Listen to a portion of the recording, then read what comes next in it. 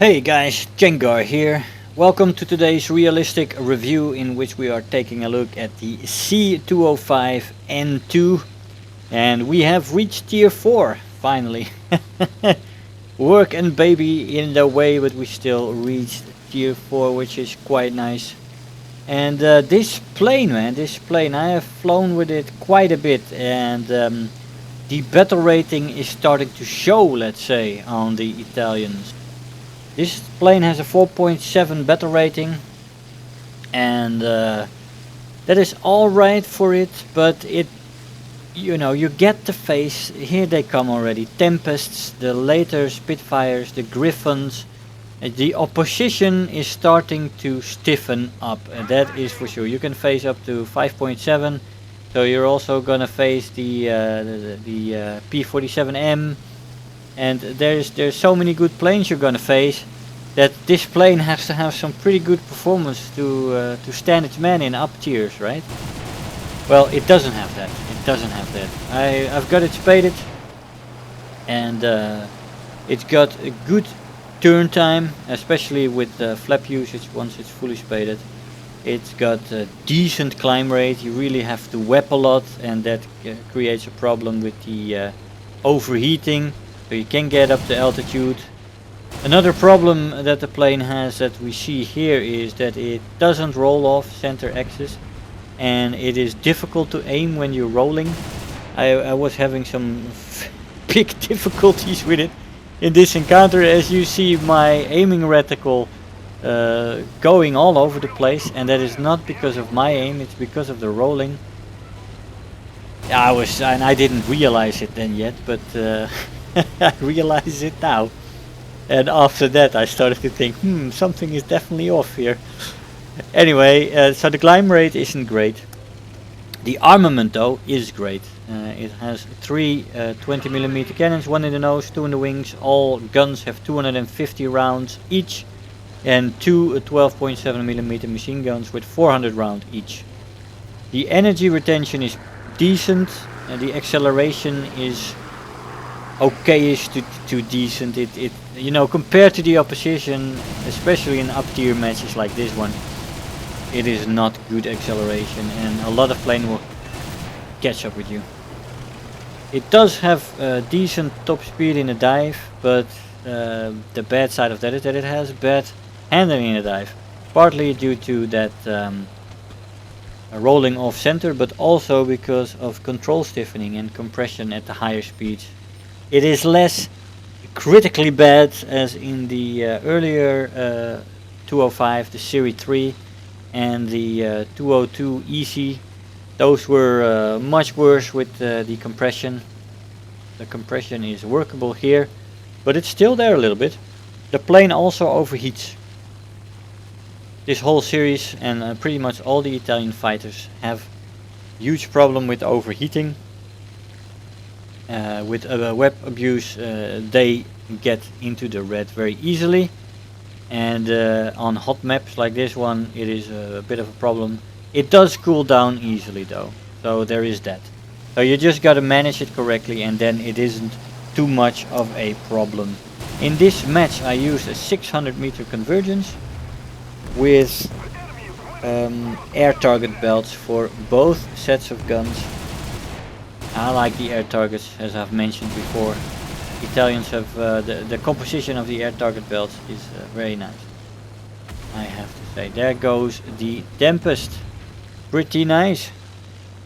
And we have 2 more opponents left in this match, as we have 3 kills in the bag. We have Tempest up high and a Spitfire up high, and these 2 planes together, working together, could present us with some huge problems, as we only have 3 planes left.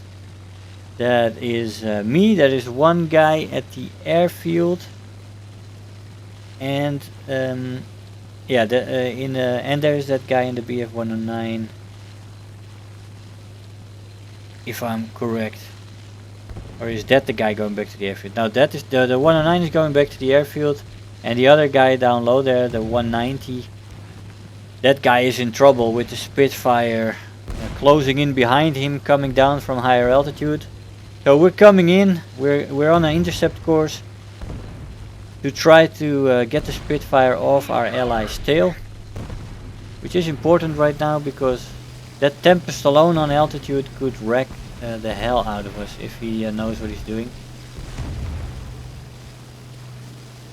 So we're picking up a bit of speed here with web. Now 490, that is nothing to write home about. Here comes the Spitfire. It's a Mark 14. We missed the 2 initial shots. We zoom in and we get him in a zoomed in shot. Pretty nice. The Tempest is coming in. He misses his shot on the 190. And he takes his plane into a slow turn in the vertical. That will lose him a lot of speed. He's still extending though. As we try to pepper him with some machine guns.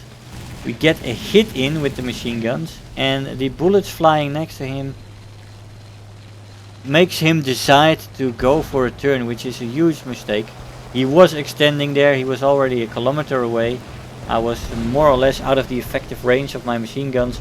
If he would have continued to extend there, he would have been away. And he could have climbed back up. Because that Tempest has a better climb rate than me. And here again he does the same thing. It's a little trick you can do. If a plane is extending, you just use the machine guns only.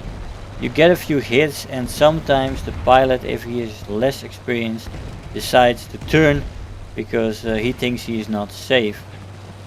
And that happened there again, twice actually.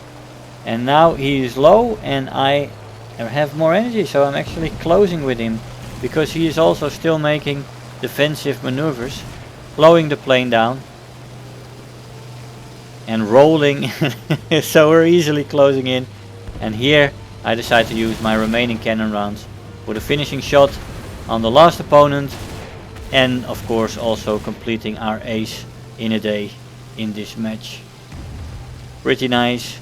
We are overheating again with flipping red numbers, and it's already cooled down again, so not a problem in the end. 5 kills, first place in the team. Now let's see what kind of rewards we got for that performance. We still have premium running. I bought, what was it again, 15 days I believe. Special rewards are Final Blow, Punisher, Survivor and Terror of the Sky. 116,000 silver lines and almost 9,000 research points. I'll see you in the conclusion. Hey guys, so here we are after the match. Now this plane is, like I said, a little bit average in everything. It is decent, it has a few good traits, like the turn time with flap usage is alright, and the armament is great, and the good speed in the dive is nice I guess, but the bad handling in the dive makes that difficult, and the rolling off axis is, of the central axis, is problematic as well with aiming when you are rolling, because it makes a weird like little whoop, I don't know, and it's just throwing your aim off. Apart from that, everything about the plane is decent, but it's not great, and that also makes the plane decent in all the rolls that it does, but not excellent and not good. So you have stiff opposition with a 4.7 battle rating. You go up to 5.7 with the early Griffins and the Tempest and the American P-47Ms, and you know you have the P-51 D-30, which is an excellent plane as well. And this plane is just decent at everything. It's not fast. You get everything is faster than you basically, and can, if you get up tiered, everything is faster than you. You can still make it work though. As you saw in that match, that was an up-tiered match with pretty much every plane I faced superior, and we still got an ace. But you gotta be a little bit sneaky, and you gotta know what this plane can and cannot do. And it doesn't excel in anything, this plane, which is, well, it's a shame. But as a jack of all trades, this plane can still perform in multiple functions, and it's reasonably versatile because of that. It can do everything decently, and it's not super bad at anything, but it's not super good at anything either. So you gotta make it work, guys. I'm sorry I couldn't make it any more shiny. I hope you enjoyed the video, guys. I want to thank you all for watching, and I'll see you guys next time. Bye bye. If you're new here, make sure to hit the subscribe button, become part of this community. If you are already a subscriber, don't forget to like the video, do leave me a comment, and if you really feel like helping out today, make sure to share the video with your friends and let them know about the channel.